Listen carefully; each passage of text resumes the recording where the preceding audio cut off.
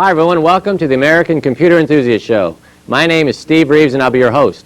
Our topic tonight is what's new with modems and communication software. We've got Sam Jerry from Computer City as our guest. It'll be a great show. We've got all kinds of great things to look at, so stay tuned and we'll be right back.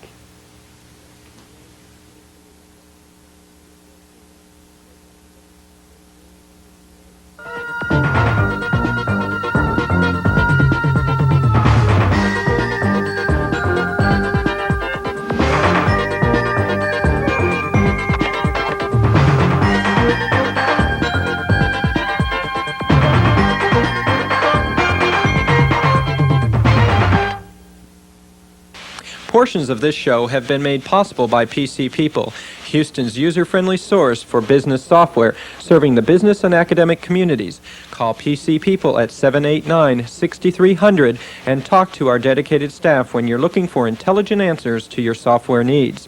And by Total CAD Systems, specializing in the sales, service, and support of CAD software and hardware for the PC, Macintosh, and Sun. Total CAD Systems is an authorized dealer for AutoCAD, the leader in computer-aided design software. Call 721-CADD. And by GDT Reprographic Services.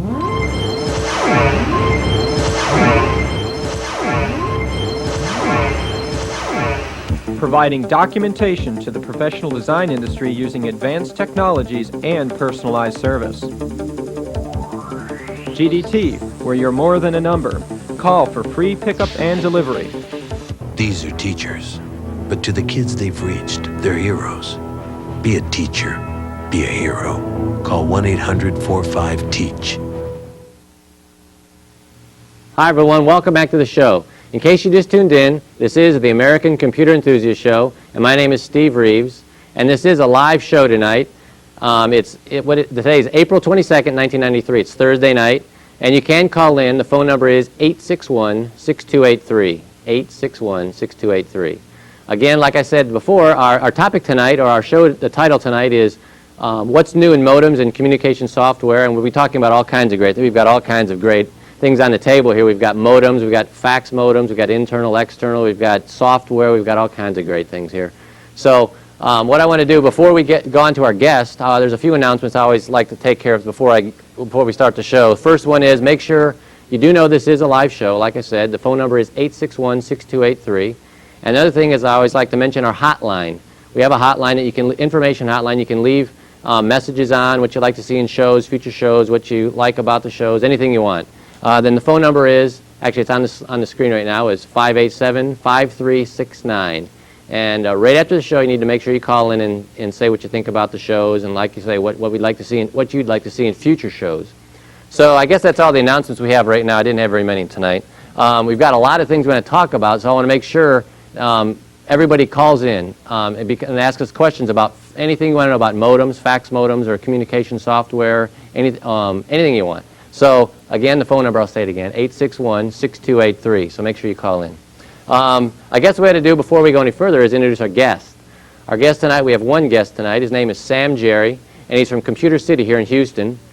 And he's, I guess I'll let him tell you about what he is. Thanks for coming on the show, Sam. Thanks, Steve. Why don't you tell our viewers, I know you've been on the show before. One of the time you were on, we showed video cards. Right. And all the differences there were in that. We bought the same thing. We brought tons of stuff. Why don't you tell our viewers a little bit about, maybe a little about yourself and a little bit what you do and your company. And all right. Like you say, I work for Computer City. I've been there almost 2 years now, really before the store even opened. We've got 2 locations here in Houston, one at Greens Point and one at the Westland location where I'm at. My title is sales engineer. When people have problems with computers, modems, video cards, whatever, we try to help them. We're a little bit different than our competition where we care about the customer after the sale. We want people to come back basically and have a good experience in our store. Computer City is owned by Tandy Corporation. Been around for a while. Same people that own Radio Shack. Right. We've got 19 stores nationwide, 2 overseas, and we're going to be opening up 18 more stores nationwide this year. Nationwide, right. That's basically it. Okay, that's all. So let's get to modems. Yeah, that's great. I guess what we had to do before we go Any further, the topic is, you know, what's new in modems, but I guess what we're going Right. to do first is what is a modem and what can people use modems for? All right, well, basically modem stands for modulator demodulator. It's a device that you can attach to your computer to enable you to talk to other computers, services, friends. A lot of games that are coming out now can be played over the modem. A lot of information services, Dow Jones, CompuServe, Prodigy, a wealth of information and entertainment for the family. And unfortunately, you need a modem in your computer to connect to these Right. people. You've got two flavors of modem. You've got internal. You've got an external modem. We've got them both here out of Now, the why box. don't we go? I guess we could show some of these things here. We've got all Right. kinds of great things. Do Right. you want me to hold it up here? We'll That's- give them a kite. Go ahead and talk while they're getting ready here. I'll just Okay, that's an internal modem. That's our brand. It's a Computer City modem. It's a fax modem. The device fits inside the computer in a slot. The advantages to this type of modem is that it doesn't clutter up the desk space. It doesn't need an external power cord to attach to it. Phone line plugs into the back. Your telephone plugs into the other jack, and it's a real neat little setup. All right. Now, then the next one is an external modem. Right. This is the external modem. It basically does the same thing. People like yourself like to see the lights. They Right. actually want to see the modem working. So this is a good option. If you have a lot of desk space, if you have an extra plug to plug the power into, then you can go with this. A great advantage to an external modem is it's portable. Right. You can take it to, if you've got 2 or 3 computers and only one modem, you can move it around. With this type of modem, I brought some cables here. It does require a serial type cable that plugs into an RS-232 port. We're going to keep these camera guys on, the control room on their toes today. Okay. It's a DB25 female connector on the back of the modem. That particular cable you've got in your hand might be used for a laptop. It's a 9-pin on one end that would go into the serial port on a laptop, where the large end would go into the modem. Have another serial cable, All right. DB25 to DB25. This That is would if you be have a for- 25-pin series. Right, for mainly desktop units. Can you see there? Hey, nice. Okay, and then the next thing is Okay, the, now that's a Macintosh cable, right. You've got a DIN 8 on one end and the RS-232 DB25 on the other end. Now, the one thing that I asked you before we started here was a lot of people are confused and think they have to buy Mac-specific modems. It's not necessary to do that. No, is it's it? not. That's true. The major difference is the software that comes in the package. Modems communicate no matter whether they're hooked up to a mainframe, whether they're hooked up to a PC, or to a Macintosh. They all do the same thing. Because I know that I have this modem. I had this exact Hayes modem, and I had it Right. on my PC. And then what I did was I bought the Hayes fax modem board. Fax modems, Right. external. I actually put this one on my Macintosh, and it works just great. Right, All I had to works buy fine. was just this other cable. And the software, right. Yeah, right. And software. I'm just using some public domain. I think it's called Freecom or something like that. Freecom. I think it's just A a lot of public, public shareware, domain, public domain software program. And then the other thing, I guess, is the Right, the just little regular old stretch phone of telephone cable, right. And is there a length, or is there any specific? Can it be too long or too short, or? Not on the phone cable. Usually there's no degradation in signal over the telephone cable. I don't know too many people that have 80-foot phone lines, Right. but within reason you shouldn't have any problem at all. I think the main reason that people have some noise is that you don't want to keep those lines close to any power cords. Right. They're not shielded very well and they can't handle. Yeah, one thing that I did when I started adding all these fax modem boards and fax machines and the modems and the answering machine and everything else at my home computer, for example, so I could call back and forth to my office, was I added one of those fax line managers, and I Right. actually went and bought one of those little phone cord makers, and buy little Oh, and ends, crimped your so own that I little didn't have ends. 20,000 phone cords, and I made them just Right. the right length. And it seems like I don't know if it was something, maybe there was some, whatever, bad lines or something like that, bad ones because they weren't shielded, but I seem to have less problems with my lines now maybe because they're not running past all the cables and Right. things. You really don't want to bundle up a lot of power lines. A lot of people in the back of a computer, you've got your serial cable, you've got your power cables with an external modem. You have another power cable. You've got a power cable going to your monitor, and that's generating a lot of radiation.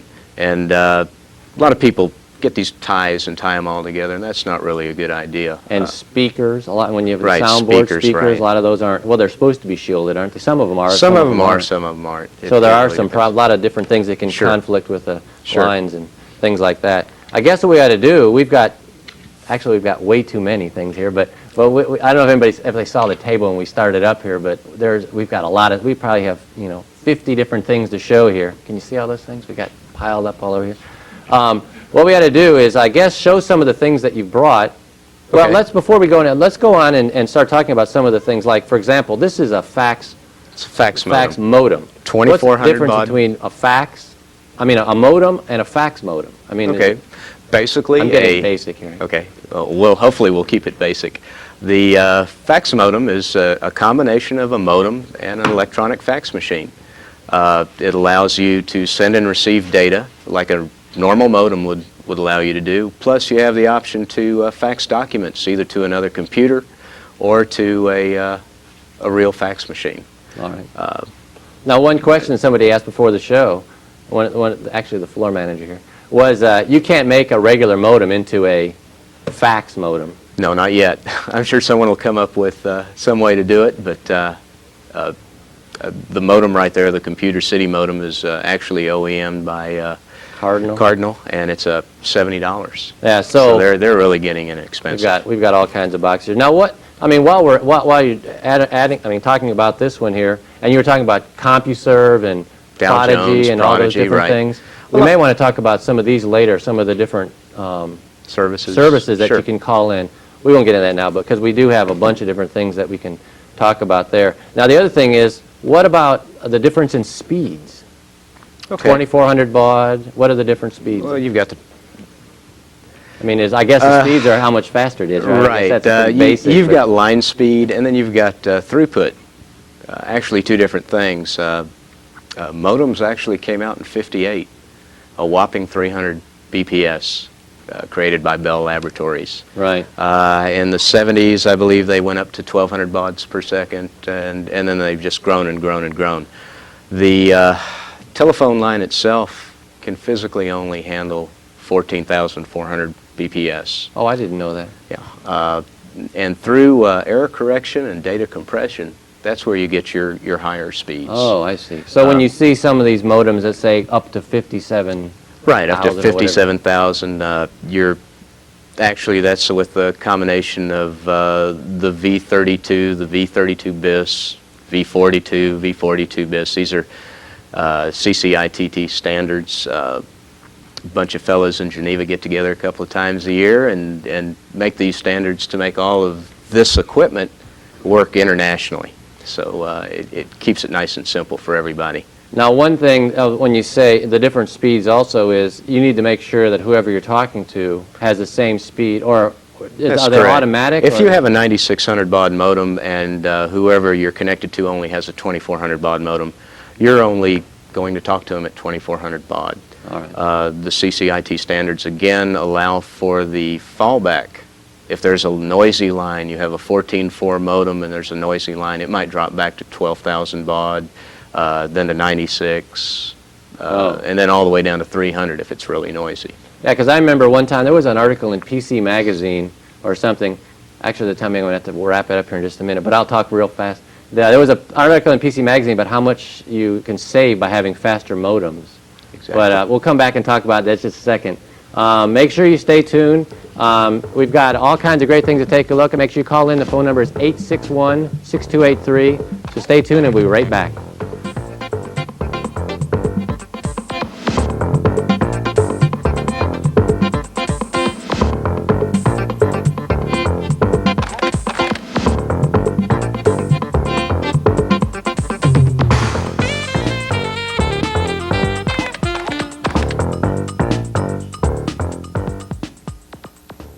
And the Texas tuxedo. He go everywhere he goes.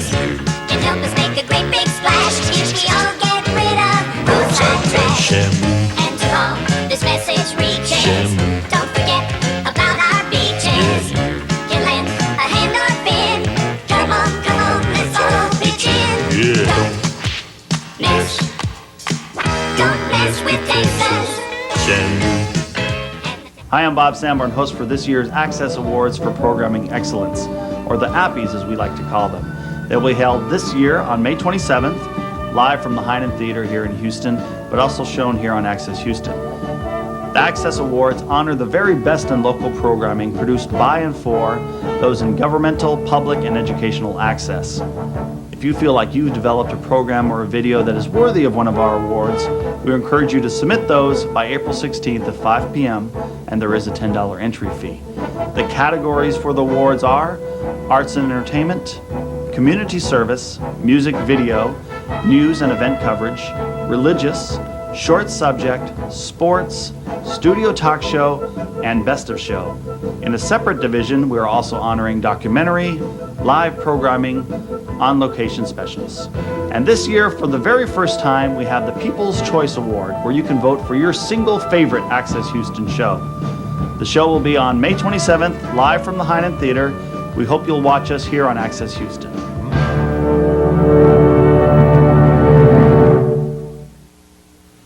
Hi everyone, welcome back to the show. This is the American Computer Enthusiast Show. My name is Steve Reeves and I'm the host. And our topic tonight is what's new with modems and what's new with modems and communication software. I guess it was too long to fit on the screen, so I had to add a little bit there myself.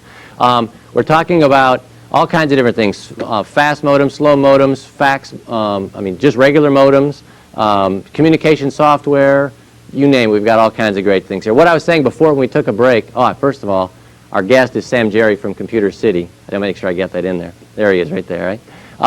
The one thing I wanted to mention was that right before we went off, I was saying I read an article about how the difference in speeds when you go to a 2400 baud and you go to 9600 baud, how it's more expensive when you call CompuServe, but in the long run it actually averages out because you get your files downloaded faster. So over time you actually pay for this more expensive modem because there is a difference in prices between the 2400 baud and 14.4, for example. We've got people on the phone already, so we'll take some calls. Let's take some calls here. Leland, do you have a question?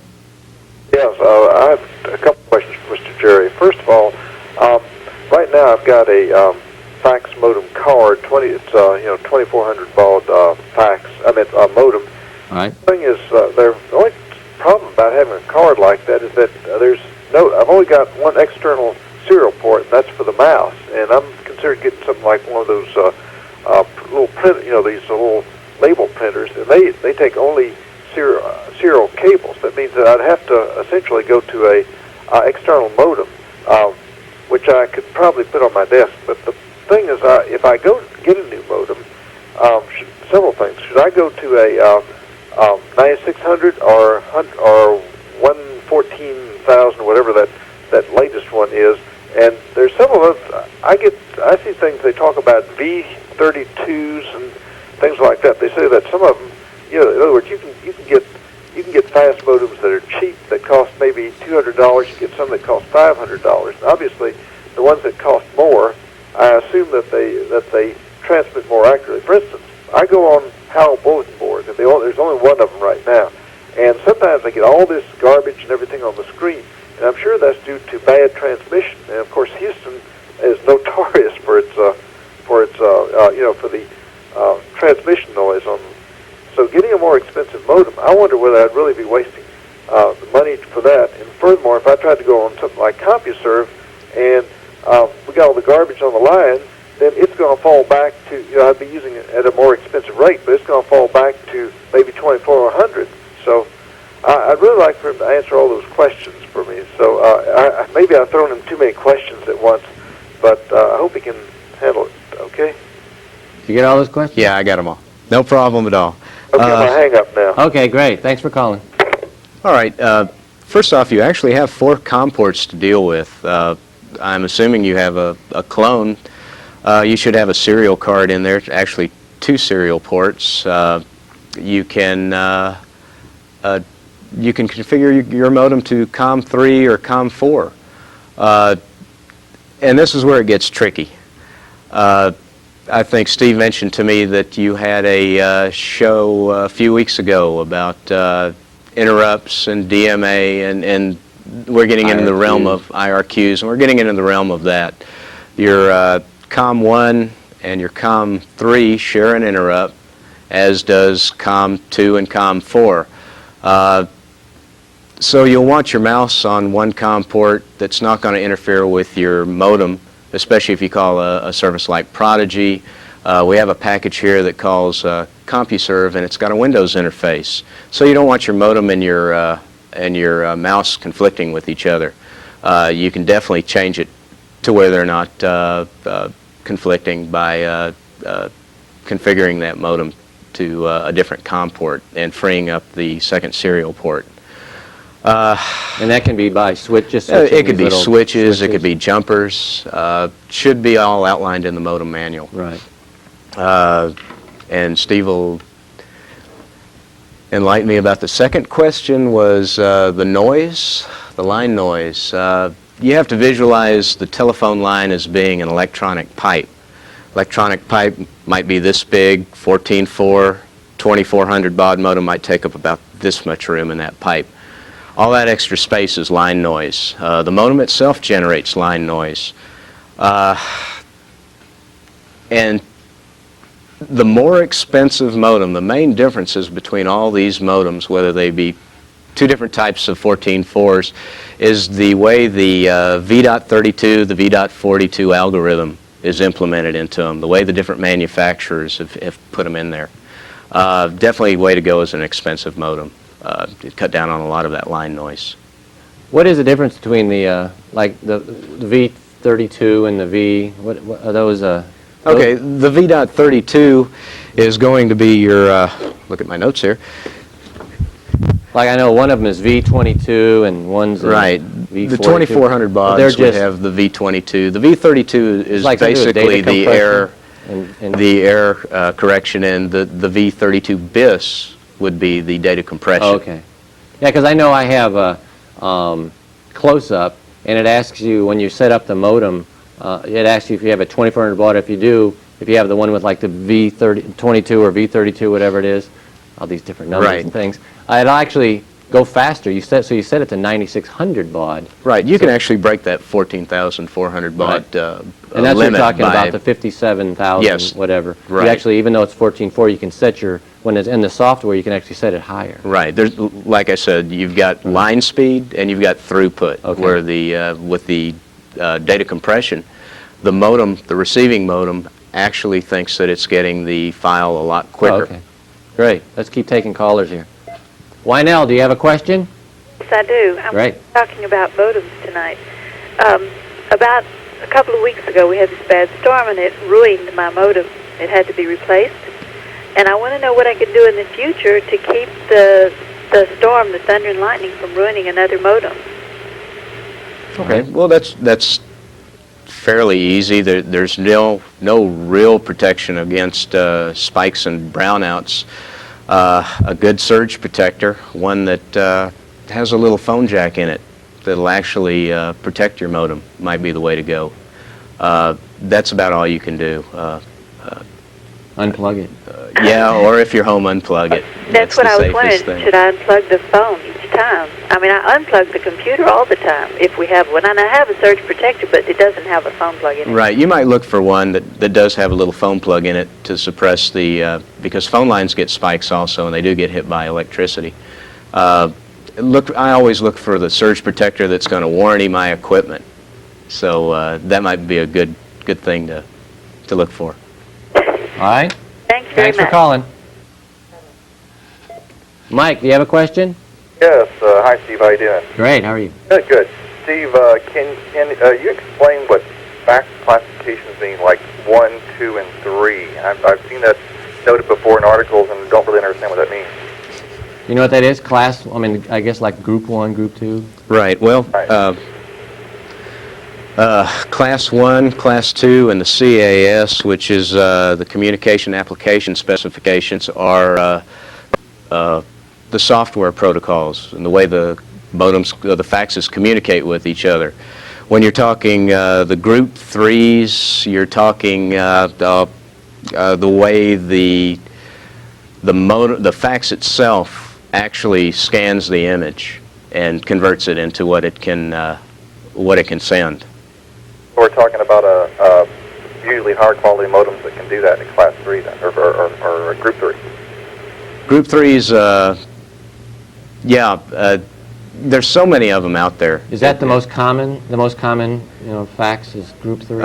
There's a wide variety. Faxes didn't come into the market until the early to mid-90s, so there hasn't been a just set de facto standard for that yet, so it's basically a guessing game right now.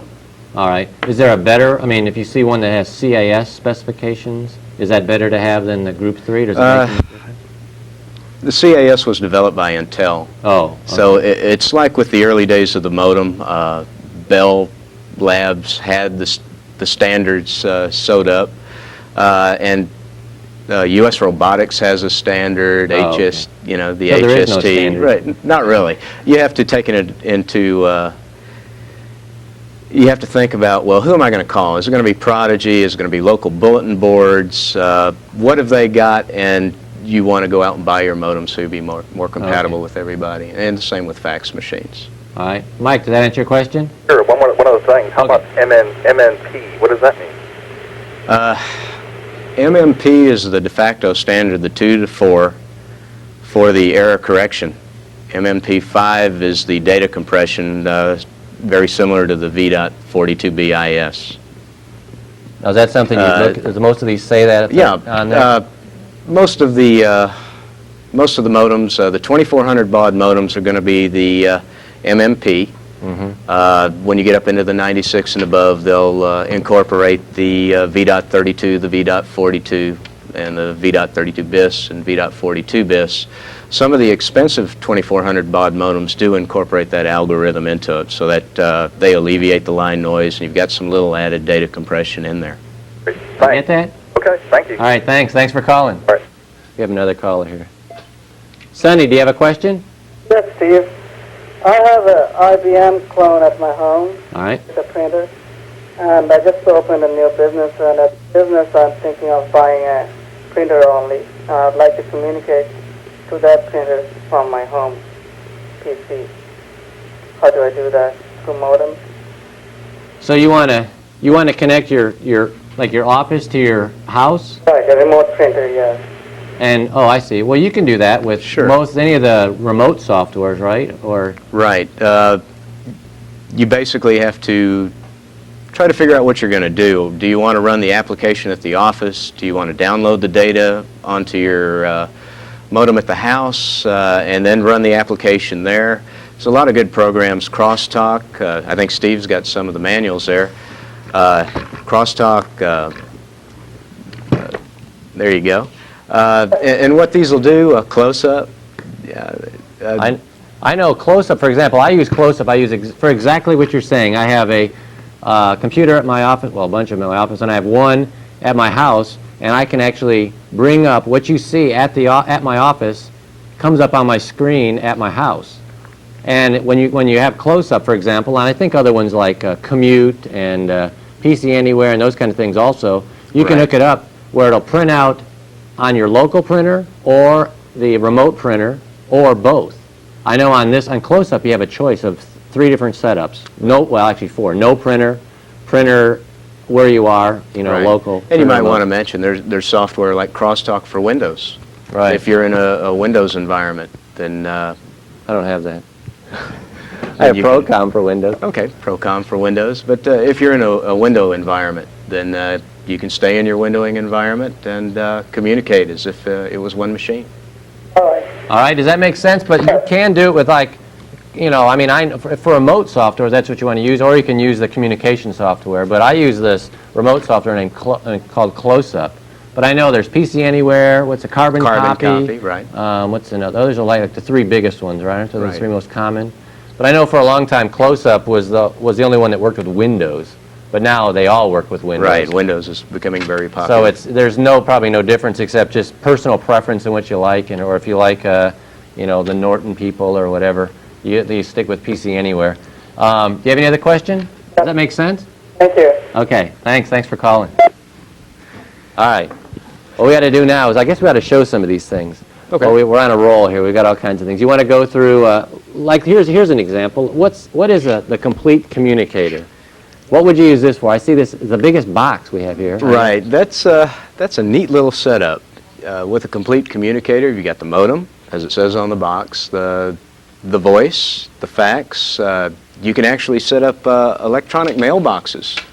I'm sure everybody at one time or another has called in and heard the little tone that says, you know, press 1 if you have a data transfer, press 2 if you have a fax, press 3 if you want to leave a message, press 4 if you want to beat me. Well, this little package will do it all. So it's like everything on one board. So this actually kills a lot of birds with one stone. Right. Because you're taking up less slots and you're less conflicts and less interrupt problems. Right. And this is an internal board. Do they make these external, or are they I always haven't internal? seen one. I believe they've always been internal. Okay. Yeah, because like that guy that called earlier, one of my problems always is all the interrupts, and that's one reason why, besides I like the lights on the external. Sure, you like to see I have it working. so many devices. You know, I have my soundboards and my hand scanners and my digitizers and my mice and this and that and everything else. When I put in an internal modem, I have nothing but problems. I can't ever make it work right. So I use it external, and I just plug it into a serial port. But, Right. A good utility to check your interrupts is always a good idea when you're changing out modems or wanting to add any type of device. Yeah, we talked about those, like the MSD that comes with with Windows, and now comes with DOS right. 6.0. Right. All right. Okay, the next thing, what's this telecommunicator? Okay, Is it the same that's type real of thing? similar. Again, you have the voicemail, the fax. There's a lot of small businesses now that want these things. A few years ago, they were fairly expensive, and there's a big demand for them now. All right. Okay, great. Now, I also see this one's that bunch this is of a them. nice one, right? Oh, wait, we need to take a break here. Dean's over here waving at me over on the side of the screen over here. So we've got lots of things to talk about. We've got about 10,000 more things to show, so stay tuned and we'll be right back.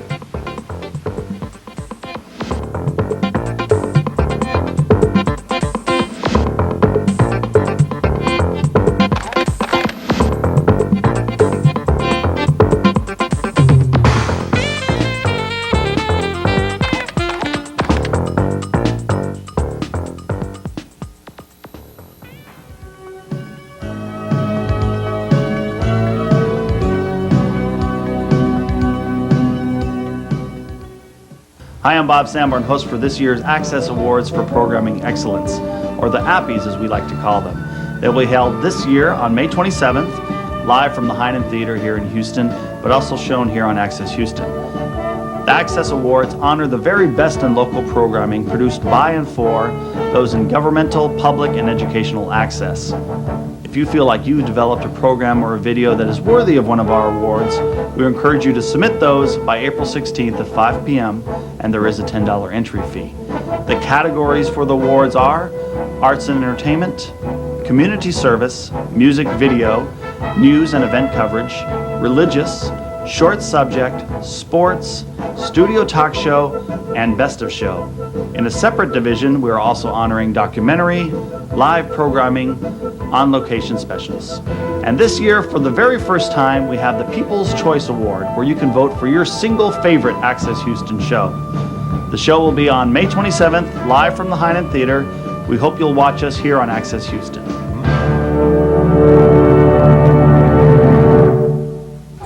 Look, if my mother doesn't care about my homework, why should I care?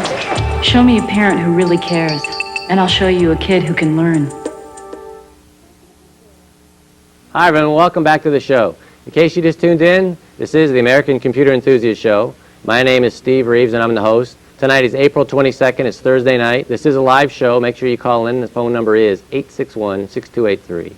861-6283. You can ask us any kind of questions on our topic, which happens to be what's new with modems and communication software. We've got modems, fax modems. We've got all kinds of great things here.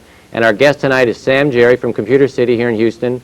And we've been answering questions, but make sure you call in. Again, 861-6283. Call in, ask us anything you want. We've got a couple callers, but real fast, let's just talk about this is the Intel Satisfaction. What's background communications here? Free up your PC while you're faxing, or free it up while you're downloading. So definite advantage over a normal modem or Definitely. fax modem. It's got its own processor on board, so it frees up the machine. All right. And there is software that goes along with this too? Well, it comes with software. Intel has got all kinds of little goodies. The Faxability Plus software. Satisfaction Plus. Pretty soon you won't be able to see me when I have all this stuff piled up. People will probably be pretty happy about that. But now this goes along. Do you have to buy this in order to use this, or? Well, the Satisfaction comes with some great software.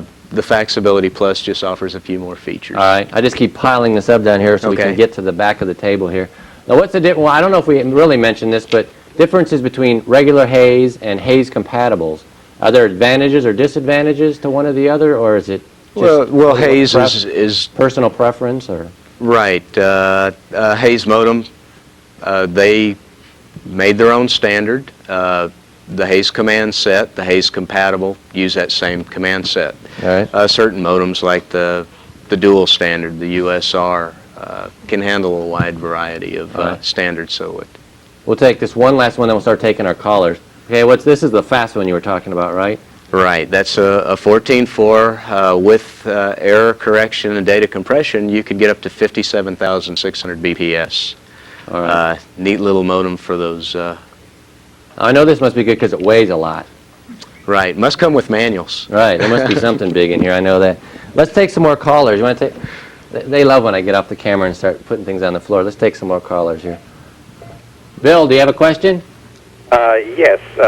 In regard to communicating and running a PC from your office to your home. All right. If you're running Windows at your office, is there a minimum modem speed that you would recommend for satisfactory performance because of all the graphics that have to come down the line? Not really. Using a graphic user interface like Windows, you definitely want to get as fast as you possibly can to get that data into your computer. The graphics you see on your screen at the home is actually data being transmitted over the line, so you probably wouldn't be happy with a 2400 baud modem. You would definitely 96 or above. I would say 9600 minimum. Minimum, right. Because I know I tried close-up and I tried commute and I tried a couple of them with Windows, and you can forget what you're doing by the time it actually happens. The screen comes up and the mouse doesn't keep up with what's going on, right. and you're way behind. So I would say minimum 9600 for yes. Windows. Yes. So. And modems are getting cheaper. So right. As a matter of fact, they've come down a lot in price just recently, right? Quite a bit. Quite a bit. All right. Does that answer your question? That answers my question. Okay, great. Thanks for calling. Yeah, Jim, do you have a question? Yes, I do. You were talking about all of the interrupts and things a minute ago. What's some good software to list these out for you? Okay. You should have watched the show a couple weeks ago. You didn't. We know you didn't watch the show. So we're in big trouble. We got your number. We're going to call and find out why you didn't watch it. No, I'm just kidding. What would you suggest? I know there's like Check It. Yeah, Check It is good. MSD, the Microsoft Diagnostic. These are all general type utilities. There's another one out there that's great, just specific for modems, and it's called Modem Doctor. It doesn't cost much to register, and it'll give you, it goes down to the register level in your modem to make sure it's functioning correctly. It checks your COM ports, it checks speed of the modem. Great little utility. I use it all the time. If you belong to HAL PC or you do call some bulletin boards, they should have it on there. What again? It's called Modem Doctor. Okay, Modem Doctor. Yes, sir. All right, and you say that is shareware? It is shareware. When you register it, you get the full package, great. and it's a heck of a program. Yeah, because I know I don't have that program, but I do have like the QA Plus and the Check It, and those are a general all-round computer and they diagnostics. don't really show you, and you can't really change things. Right. When you're working with modems, the Modem Doctor. There's a few others out there. IO Check is one that I've gotten recently that will check the UART. The only problem is you can't download them because your modem's not working. Well, then you have to come into the store and we'll get you a copy. Okay. All right. Does that answer your question? Thank you. Okay. Thanks. We have another one here. Randy, do you have a question? Well, yes. The previous question was one that I was going to ask, but in addition to that, I wanted to know. I use the Complete Communicator, which also runs in the background, even in DOS, by the way. And I'm using Procom with it.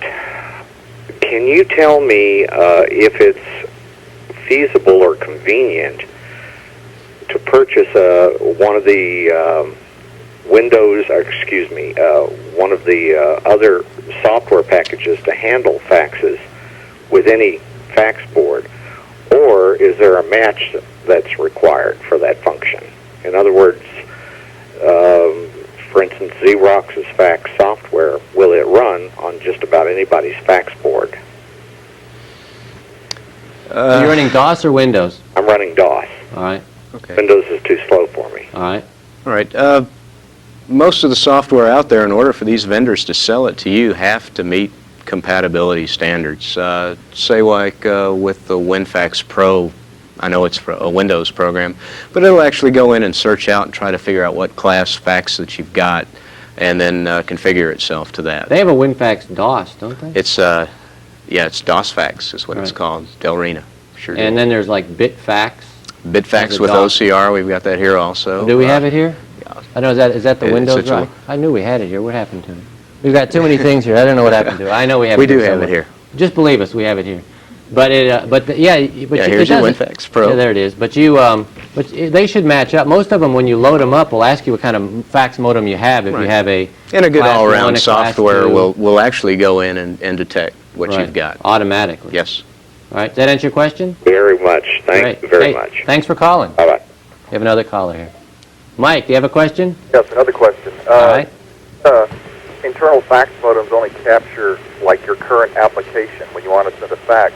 What about scanners? I mean, are handheld scanners reliable enough to paste together, say, a letter-sized document, and then you can fax that physical document over the line? Is that possible? Oh, sure. Sure. The advantage over a fax modem is, over a scanner, is you're going to lose some of your resolution in a scanner. When you're working with a fax modem, you create the fax in your PC. There's no degradation of resolution, and it's going to come out a lot crisper. You can fax with no problem at all, stitch it together. A hand scanner is kind of tricky. In fact, I was going to suggest to Steve that I come back and do a show on scanners. But yeah, it can be done. Great, sure. Great. Look forward to the show for scanners. That'll be interesting. All right. Thanks. Thanks for calling.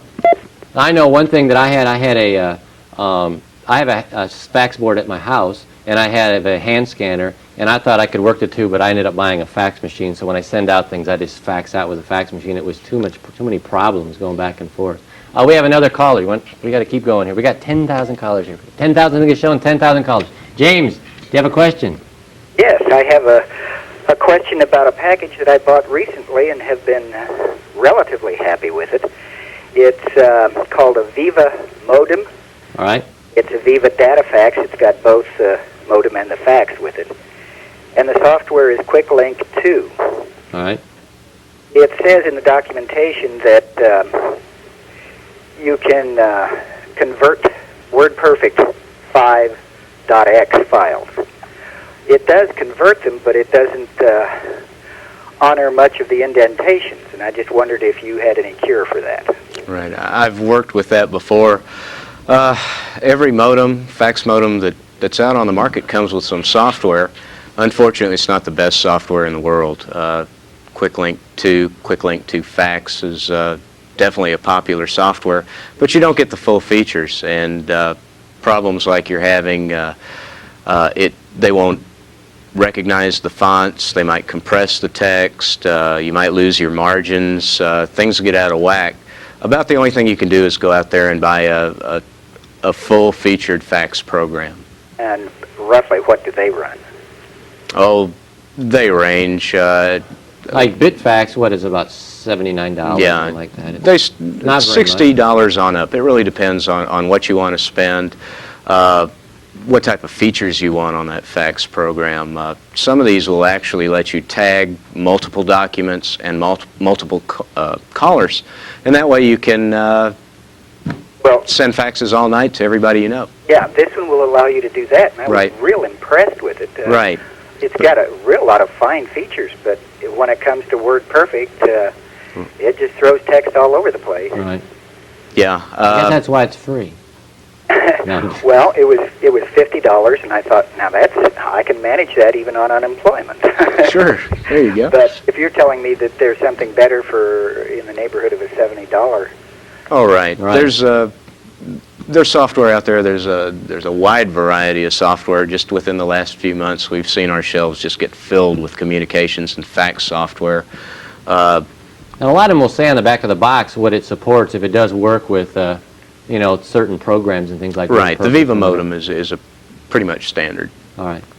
Yeah, I like Viva because I like the way the modem looks. Yeah. The one that stands up straight. It's got the neat little base and everything. Oh. Right. I bought it because it looked great. That's why I bought it. All right. Any other questions? I guess that's it for right now. I sure appreciate it. Hey, great. Thanks for calling. Thank you. Mark, do you have a question? Yeah, I got a question on the fax machine problem that you were just talking about. The big problem that I'm having is interfacing a scanner with the modem and a fax modem and having all that clutter on the desk, where I'd rather just use a fax machine that I can interface the computer to. Anything on the market like that? Is there? Is that HP? Do you know? I don't know. I know HP has some sort of a thing now that... Okay. I don't know if that works or not. Here, I'll let you hold that. All right. All right. I'll have to hold this up. Don't know if you're working in Windows or not, but this is ZSoft. It interfaces with their imaging program in Windows. Good little fax program. Very little degradation in resolution. But it does brand work new. with scanners and... It definitely works with scanners. OCR, the optical right. recognition. You can read some of the programs that it does work with, and these programs actually have scanner input, so that you can scan, fax, all in one program. But what I'd like to do really is get rid of the get rid of my scanner that I've been using, and use the scanner that's built into the fax machine, for example. Is there any fax machines with an interface that I can connect the PC directly to the fax machine? Oh, I see. To use it, Right. to use the fax machine as a scanner. Recently, I set someone up. It was kind of funny. They bought a computer with a fax machine or a fax modem in it, and I thought that what would be a neat idea is them keeping their fax machine. That way, they eliminate the need for a scanner. They eliminate the need for a printer. If they had a hard copy they wanted to put into their computer, say WordPerfect, they could fax it to themselves, run OCR, change it. They want to print it, they can just send it right back to their fax machine and have it printed out. So that might be the way to go. Do I have to do that with a separate phone line? Yes, Okay. definitely. Okay, that's what I need to know. All right. Thanks for calling. Mike, do you have a question? Yeah, I do. Hi, how you doing tonight? Is this the same guy, the same Mike that just keeps calling back? No, I'm just kidding. You're the third Mike. I think you win the prize tonight. All right, great. All right, I'm just kidding. A question for a fellow AutoCAD user. All right. I run AutoCAD and NC Micro Products, NC Polaris continuously all day long. So, needless to say, I need a lot of memory to run AutoCAD on those two products. Right. I want to put an internal fax modem in my machine.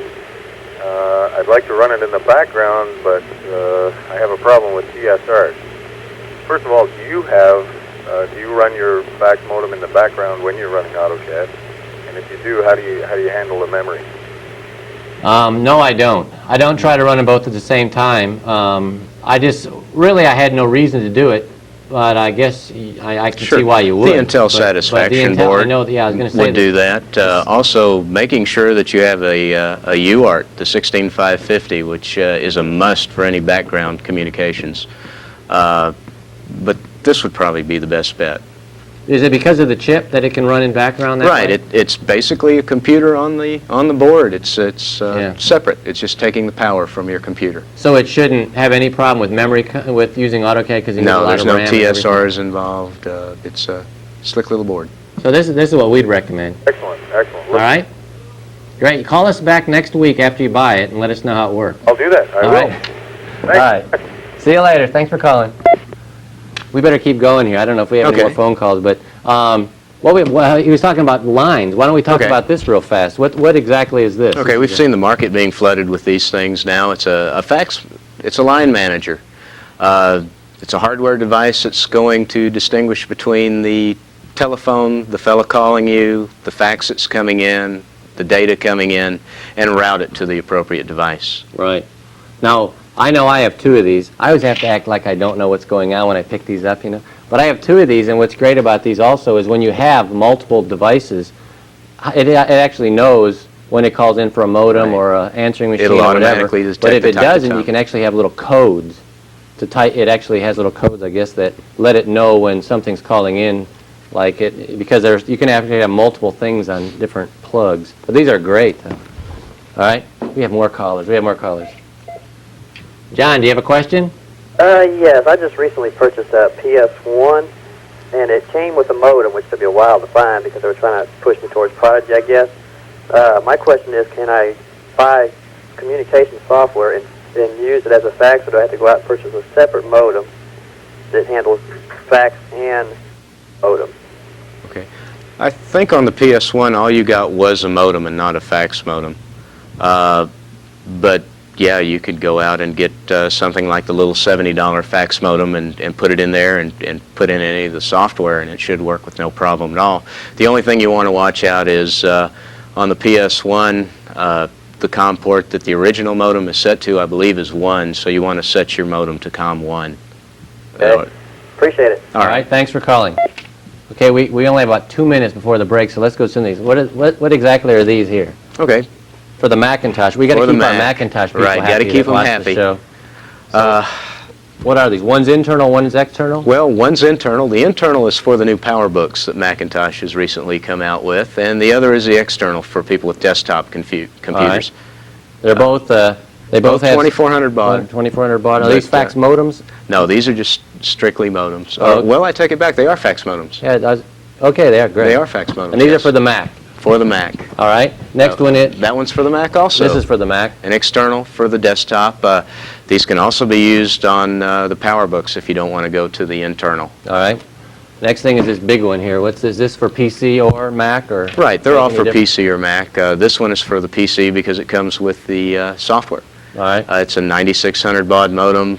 The throughput again is up to 19,200 BPS. All right. I guess all the rest of them are software. I guess software. We're gonna... Now this is a nice what's little this thing package. here? We'll talk about this. You kept grabbing that. But we have never about picked 30 it up. seconds. Okay. This is a great little bundle. It's got First Act. It's a personal information manager for Windows. It's got WinFax Lite in it. It's got the CompuServe set up in it. Lots of software. Good little modem. Good little fax modem, and it goes for about $75. It's a pretty good deal. Real good deal. All right. Great. We're going to have to take a quick break here. So stay tuned and we'll be right back.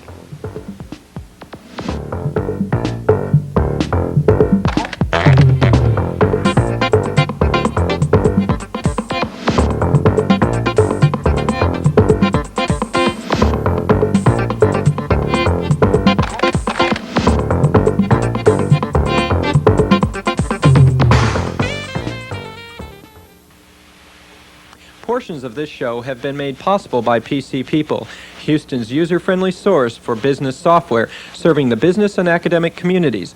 Call PC People at 789-6300 and talk to our dedicated staff when you're looking for intelligent answers to your software needs.